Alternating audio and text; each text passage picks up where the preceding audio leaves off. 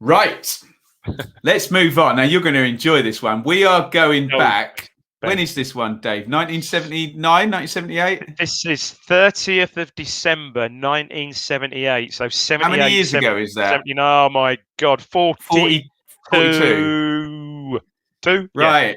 Yeah, here's the game. It is Manchester United 3, West Bromwich Albion 5. Yeah, so right at the turn of the year, 1978. And just give us the lay of the land, because obviously Manchester United, one of the biggest clubs in the world. Where do they sort of reside in the hierarchy here? Yeah, I mean, they've been obviously they're about. I mean, they've been. Don't forget, a few seasons before they'd been 74, 75. They were relegated after 73, 74. So the great, obviously the European Cup winning European Cup sided Cup winning sided falling apart. We obviously Best had his issues gone. Law, as we know, scored the goal for Man City that took them down. Charlton had retired. So a bit of rebuilding, went down in 74, 75. And that was a season they were like playing, they're sort of like rivals for promotion, Sunderland at Old Trafford, and getting like 58,000 to like a second tier game. I mean, just amazing support that season. Always seemed to be in the cup finals though in the 70s, didn't they? Yeah, bounced back. Sort of bounced back. Famously lost the cup final to Southampton. Lost the cup final to Southampton. And then in 76, then 77 back there again, beat Liverpool. 77 stopped Liverpool doing the double. Well, treble was it ultimately turned out. And then was ultimately to win the cup, so actually would beat Arsenal at the end of this season, 78, 79. But this West Brom, look for the West Brom side, but challenging. Ron Atkinson had moved across there probably about a year before Ipswich. Our side had obviously played them in the cup semi final the season before, and fortunately beat them. So it's a good side. It's a very good West Brom side, and some of the football they were to play were admired up and down the land. I've just got to plug in my. Yeah, you carry on, Dave. I'm just going to go over some of the names in there, because we just mentioned Steve Coppell, didn't we? Incredible. Yep. He's actually playing in this game. Sammy McElroy as well. Obviously, the standout player there is number 7, Brian Robson for West Brom. He's going to end up being a Manchester United great. But then, of course, Dave, the 3 black players for West Brom at a time, well, we're going to talk about where they're literally being booed during the game. Can you talk about those 3, Dave? I mean, it was Cunningham and Regis. Cunningham and Regis. I mean, it was black players were few and far between, even, back late 70s, very, very much few and far between. Ipswich had one, Johnny Miller, that left Ipswich. Viv Anderson for Forest. Yeah, of course, Viv Anderson for Forest, who was first black player to play for England. Ipswich, West Ham had Clyde Best, in the sort of early 70s. So it was very much, black players just really were not around then. So, to see a side that had 3 black players was just, something that, as I say, was it just unseen before. And Ron Atkinson famously christened them the 3 degrees after a famous. I'm not sure how that would go in 2021 with the. It really wouldn't. It's pretty un-PC, but that's what. Right. Not allegedly he did, but anyway. So it's Brendan Batson, the fullback, who later became chairman of the PFA. He did, I think. Didn't he? Yeah, absolutely.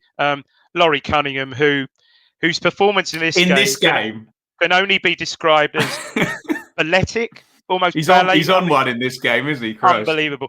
And Cyril Regis, I mean, what a great player, powerful, strong.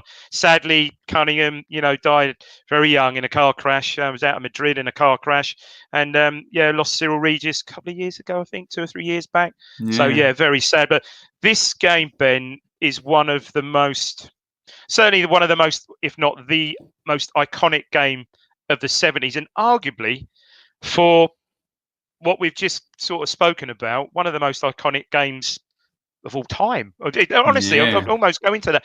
And very lucky, because this was shown football in those days, there was obviously no live football. Okay, I know I've told you this before. There was I don't have to tell you, three. Live football was the FA Cup final, European Cup final,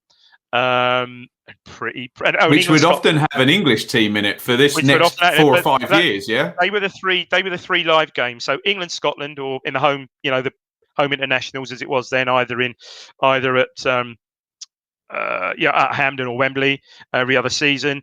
FA Cup final, European Cup final. That was it. Perhaps if there was an English club in the Cup Winners' Cup final, maybe. I'm sure there probably was. But other than that, that was a live football. So football, you had match of the day, and then you had these syndicated. That's when ITV was regionalised back in the day. So Ipswich, we were on Anglia TV and had Jerry Harrison, as you know, commentating. Well, Midlands had the great. Hugh Johns was the commentator for the Midlands, who's just brilliant. Hugh Johns.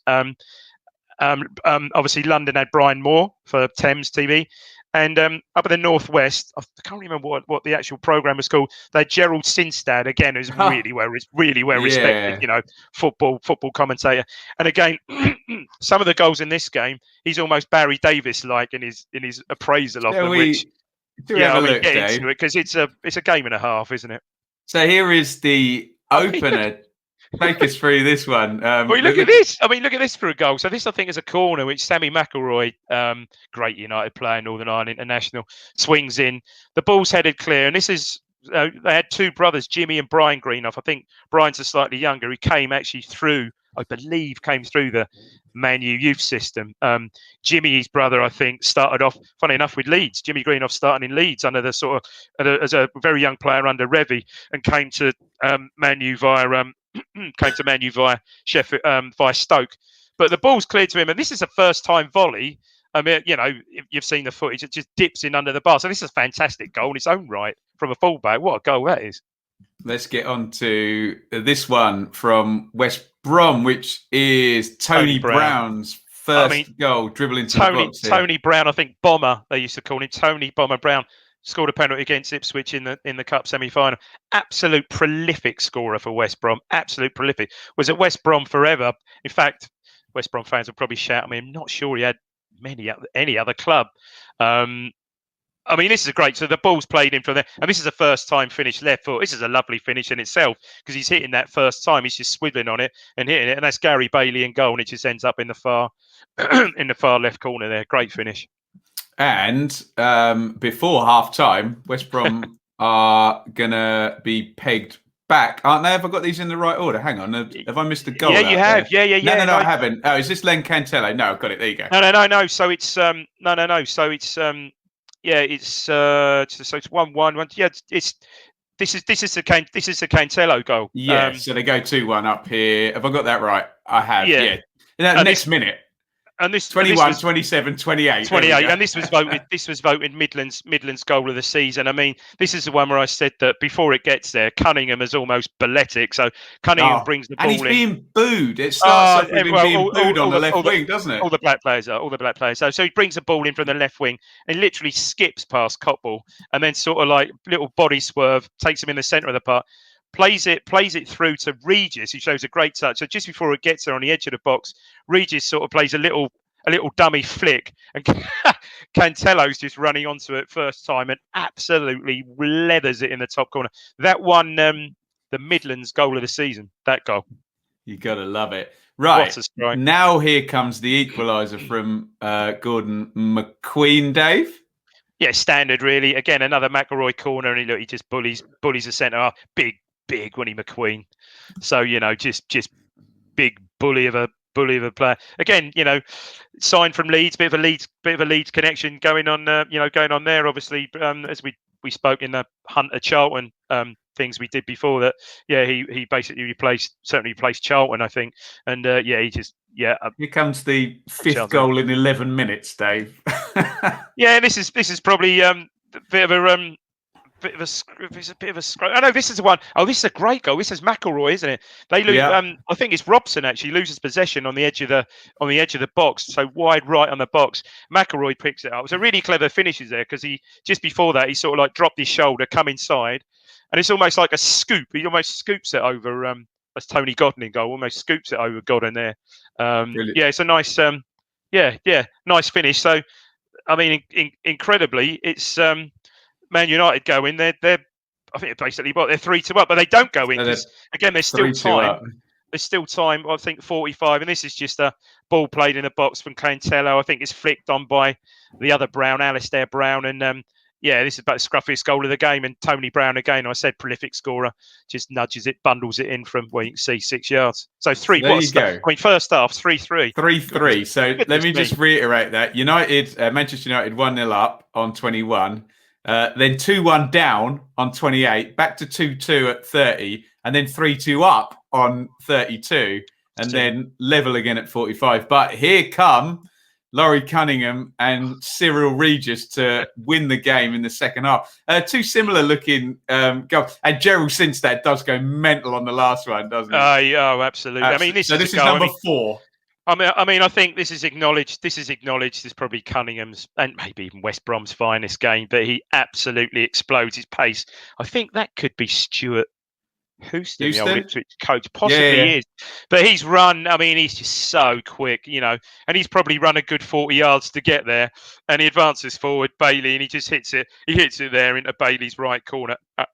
Absolutely no chance whatsoever. And as people said, probably his greatest ever game, and certainly, fortunate enough that he was able to grace his performance with a goal. Brilliant. And this one looks a bit similar, but this is a first time one, isn't it? From Regis? Yeah, I mean, it's the general play here. Again, it's Cunningham again, who I think as Coppell loses the ball wide right. Cunningham runs again 40 yards, passes it to Alistair Brown, who's a very underrated player. Alistair Brown, a sort of front player for West Brom, who's made a run across the box. He's then cut back from wide right of the penalty area. And what you don't appreciate with this goal, so Regis has timed his run pretty much from deep. He's probably trying to keep pace with Cunningham.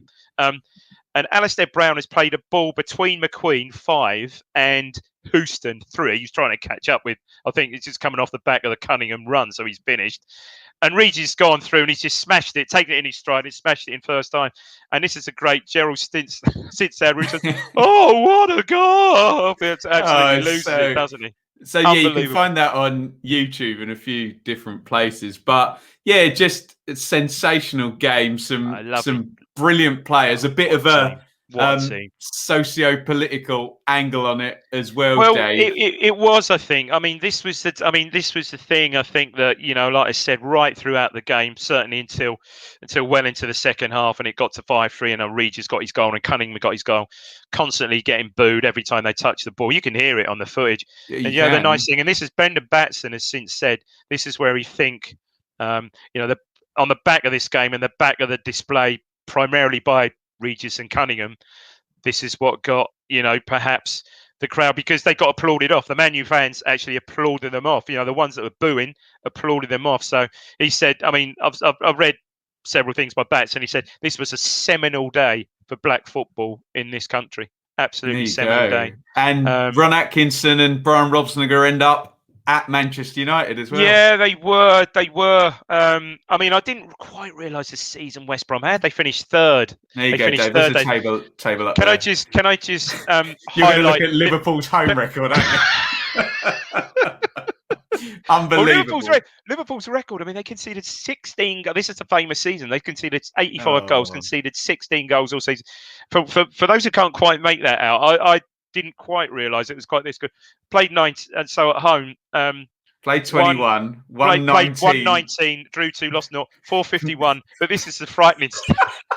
Conceded 4. They must have had a moat round their goal. Oh my god! With grenades. Who would that have been, Dave? Alan Kennedy, Alan Hansen, Jimmy Case, Hansen. Yeah, the great side. David Johnson, yeah. McDermott, Dalglish.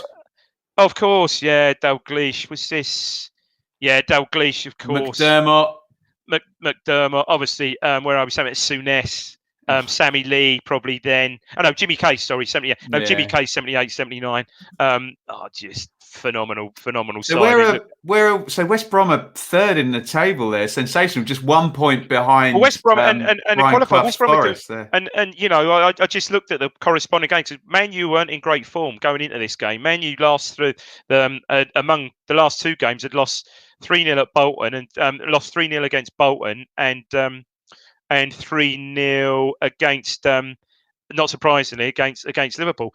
West Brom's form in December, you sort of forget, how good they were then. Had a 2-0 UEFA Cup win against Valencia, had beaten Middlesbrough 2-0, had beaten Wolves 3-0, and had beaten Arsenal 2-1. So they were in a rich vein of form. And yeah, you look through that West Brom side. It's a good side. Tony Godden, played a long time in goal. Batson, we've gone.